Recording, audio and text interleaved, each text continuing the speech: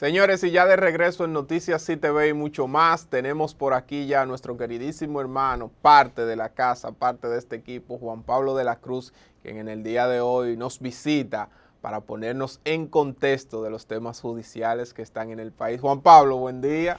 Buen día, hermano. Gracias de antemano, pero yo quiero que tú entiendas que no visité, yo vine a mi casa, como tú bien planteaste. Estoy aquí para cualquier requerimiento, cualquier situación que haya que aclararle a la sociedad.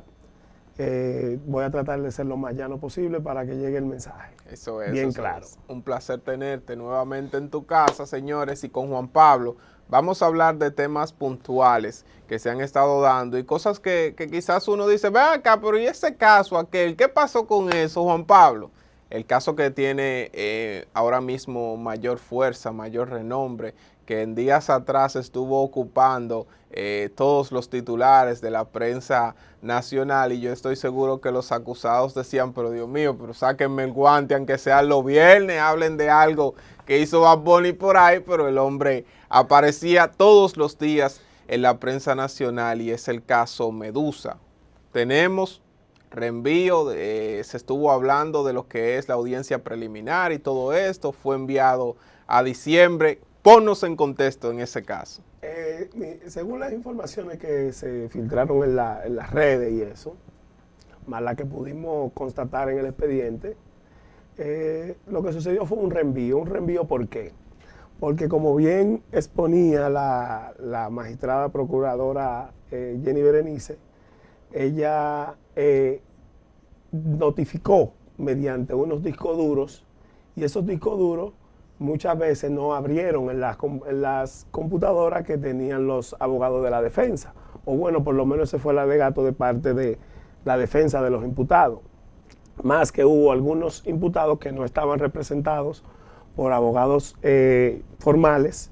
El juez, el magistrado juez que preside la sala que va a conocer de la audiencia preliminar, que no es más que en principio una audiencia a las pruebas, debe conocer sobre ello, y por ende, como no estaba preparada la defensa, y lógicamente aunado a lo que plantea la Constitución sobre un debido proceso de ley y las garantías constitucionales, procedió a aplazar en principio un pedimento que hizo la magistrada de 45 días y la defensa de 90 días, o sea, de 3 meses. El juez sabiamente tal vez buscó una media y dijo, bueno, vamos a otorgarle 60 días. Primero, para que el Ministerio Público pusiera, lógicamente, en una mejor vía o más viable la recolección de las pruebas, perdón, la presentación de las pruebas, para que la defensa sí la pudiera conocer y cada quien haga uso de su garantía constitucional, que es lo normal. Yo entiendo que fue una decisión sabia. Al fin y al cabo, el tribunal debe ser el primero como garantista de los derechos fundamentales que posee cada imputado, independientemente de su culpabilidad o no, porque al fin y al cabo todos estamos revestidos hasta que un tribunal lo ordene de manera definitiva de un velo que se llama la presunción de inocencia. Yo entiendo que independientemente debieron hacerse mejores acciones con miras a poder que las defensas pudieran acceder a la acusación formal que hizo el Ministerio Público.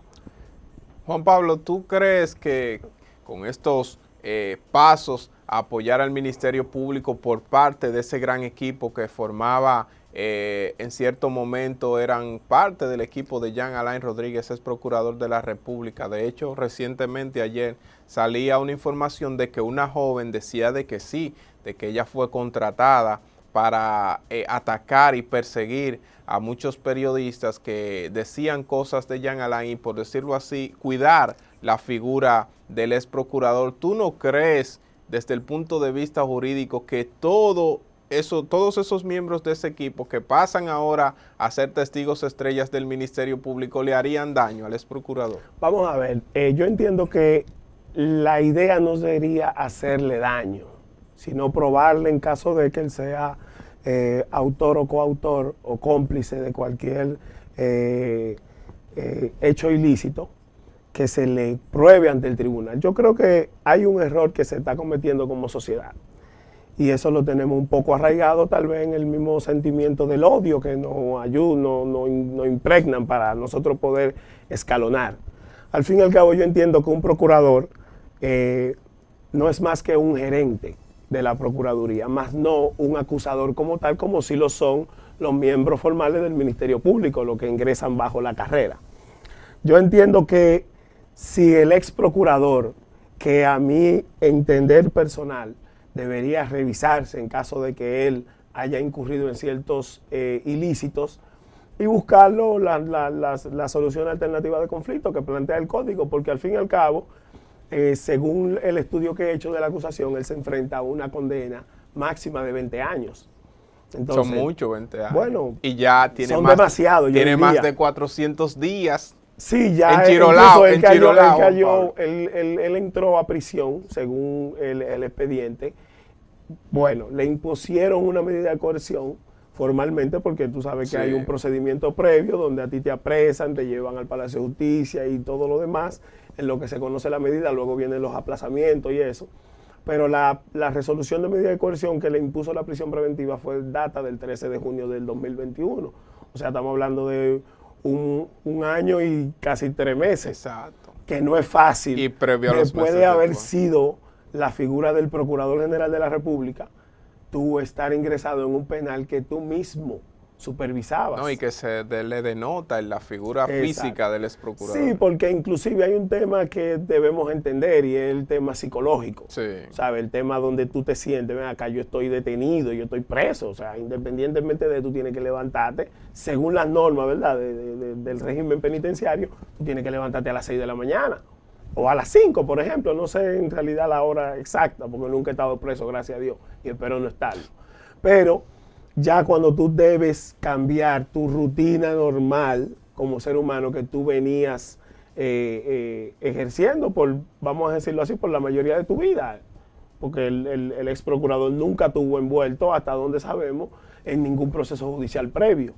Entonces, ya tú tenés que levantarte a la hora que diga otro, comer a la hora que diga otro, lo que diga el otro, es un tema, tú sabes, un tanto penoso. Yo espero que si en caso de él haya cometido algún ilícito penal, yo entiendo que los abogados, la mejor estrategia es, lógicamente, con la anuencia del Ministerio Público, poder llegar a un acuerdo donde haya una solución alternativa del conflicto y plantearle al juez o a los jueces, en caso de que sea en etapa de juicio, cualquier solución, claro, en pos de que su cliente no sea un preso político. Sí, pero político no es, porque al fin y al cabo, si usted cometió el ilícito, usted no es un preso político. Tenemos que dejarnos de pensar eso también, porque al fin y al cabo, si una persona comete actos de corrupción administrativa y lo comete porque tenía un decreto presidencial, eso no te convierte en un preso político, sino en un preso de tus acciones incorrectas. O sea, tú cometiste tus acciones y las acciones ilícitas conllevan una pena privativa de libertad, según la norma que tenemos establecida por eso que acabas de decir, de quizás llegar a un acuerdo, hablar con los jueces, eso es algo que jurídicamente, en el área jurídica, se ve mucho. Vamos a hacer un acuerdo por aquí y por allí. Claro. Pero desde el punto de vista social, de cómo ve la gente este caso, por todo lo que se ha conocido, muchas personas tuvieron acceso al expediente, ¿no? En sí, en físico, y pudieron darle lectura a algunas cuantas cosas de las que allí se habla y se le acusa directamente al ex procurador. ¿Tú crees que si la Procuraduría, el Ministerio Público llega a un acuerdo con la defensa del ex procurador, cómo vería la sociedad esta situación? Yo soy de hipotéticamente, claro. No, es que yo soy de los que pienso que lo que está en la norma y son herramientas que están en la norma son para utilizarlas. Al fin y al cabo la sociedad debe entender algo. Ahora, tú lo que tienes que ver es la magnitud del acuerdo que tú vas a realizar, porque si tú me dices a mí, no, mira, él va a durar 3 años detenido y solamente en caso de que la imputación sea de 2.500 millones, lo que le vamos a hacer un acuerdo de 100 millones, bueno, espérate, tú no estás resarciendo, yo te la estoy poniendo en bandeja de plata. Pero al fin y al cabo son mecanismos que tiene, técnicas que están establecidas en el Código Procesal Penal y en la normativa adjetivas. Sería lo correcto ante una bestia llamada pueblo que está pidiendo sangre. Lo que pasa es, hermano, mira, que es que nosotros como actores del sistema judicial no podemos entender que la sangre es lo más correcto, porque las sociedades no se manejan de esa manera. O sea, cuando una sociedad lo que pide es sangre, mire el caso que tenemos nosotros y nuestros vecinos. O sea, cada vez que ellos tienen una incomodidad, ellos todo lo resuelven con violencia. Y la violencia se ha demostrado a lo largo de la humanidad que el único que pierde es el planeta Tierra y por ende nosotros como ciudadanos, como habitantes del mundo. O sea, ¿qué nosotros logramos? ¿Qué tú has logrado con que Jean Alain tenga 1 año y 3 meses preso? O sea, ¿qué hemos logrado como sociedad con eso? O sea, no estoy diciendo con esto que no es correcto el apresamiento, el sometimiento, que esté bajo prisión en caso de que pueda, bajo las normas que establece el código, de que, bueno, mira, no es solamente que tú te vayas a eximir del proceso, es también que tú tengas acceso a la eliminación de pruebas. Bueno, independientemente de que no ha existido un dictamen por parte de los jueces en ninguno de los casos, el presidente de la República en su discurso del pasado 16 de agosto presentaba como un gran logro esta independencia y todo el desarrollo que ha venido teniendo el Ministerio Público, el llamado Ministerio Público Independiente. Mira, yo tengo una concepción totalmente diferente a la que plantea el presidente de la República, con todo el respeto que le merece. O sea, en nuestra Constitución está establecida la separación de los poderes y él es el jefe del Poder Ejecutivo. La jefa del Ministerio Público es la magistrada Miriam Germán hasta el momento. Y aunque él la designa por decreto, no debe ser un logro del Poder Ejecutivo unas acciones que realiza un poder independiente. Es como que, bueno, miren, yo enarbolo como un logro de mi gobierno que el empresariado se haya ganado tantos millones de pesos. O sea, yo entiendo que independientemente de que sí tenemos un ministerio público que merece todo el respeto de la sociedad, no menos cierto es que ellos están para eso. O sea, claro, nosotros no tenemos que dejarnos de enarbolar o darle, vamos a decirlo así, una categoría suprapositiva a algo que debería ser lo correcto. O sea, lo correcto es que el Ministerio Público persiga, y es como yo te planteé en principio. La magistrada Procuradora General de la República es designada por decreto, pero al fin y al cabo no es más que una gerente, porque por ejemplo la magistrada Miriam Germán, tal vez por lo que entiendo, que conozco un poco de la data de ella, porque lógicamente por la edad no pudimos compartir tal vez una sala de audiencia, pero es imposible que la magistrada Miriam Germán vaya a una audiencia. En mi parecer sería un hecho histórico a acusar a cualquier persona de cualquier ilícito penal. Yo entiendo que, contrario a lo que el presidente enarbola, que no deja de ser un logro del Estado o de la sociedad dominicana, no del Poder Ejecutivo, porque si yo te nombré a ti para que tú seas independiente, yo no puedo pararme el 16 de agosto o el 27 de febrero a decir que es un logro mío, porque la separación de los poderes automáticamente tú la estás irrumpiendo. Es como que él enarbole como un logro las acciones realizadas por la Cámara de Diputados en la presidencia de Pacheco o por la Cámara del Senado en la presidencia del presidente del Senado, de Eduardo Estrella. Eso es así. Juan Pablo, ¿qué tú crees que pasará con todos estos casos también que andan por ahí? Operación 13, el otro caso de los pulpos eléctricos, que ya nadie menciona eso, y así como también Coral 5G, el caso Coral. ¿Cuál será el destino de todos estos casos? Porque tú me has dicho en varias ocasiones incluso que son casos muy complejos, estos casos de corrupción administrativa, de demostrar todo esto, quizás ya el tiempo, 2 años que restan, y estos casos se vienen conociendo, en su mayoría, desde noviembre 2020 aproximadamente. Mira, Martín, tú muy bien lo has dicho. El tema es que no podemos verlo como una obra de gobierno, que esa gente estén detenida o estén procesados. Sí, O sea, pero yo te debemos hablo ver. desde el punto de vista de que si quizás hay un cambio de mando, el Ministerio Público va a ser Sí, removido. pero al fin y al cabo hay un expediente ya instrumentado por ante una instancia judicial. Y si esa instancia judicial es seria, debe fallar en base a las pruebas que le fueron aportadas.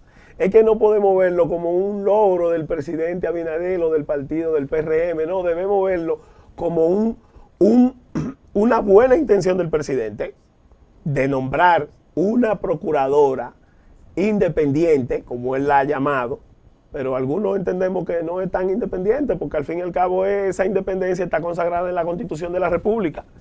Y por ende, entiendo que al fin y al cabo, y esto es algo muy lógico, cuando a ti te acusan de más de 3.000 páginas en cualquier expediente, y tú tienes más de 4 o 5 ilícitos penales que se te atañen, con uno solo te podemos enviar a etapa de juicio.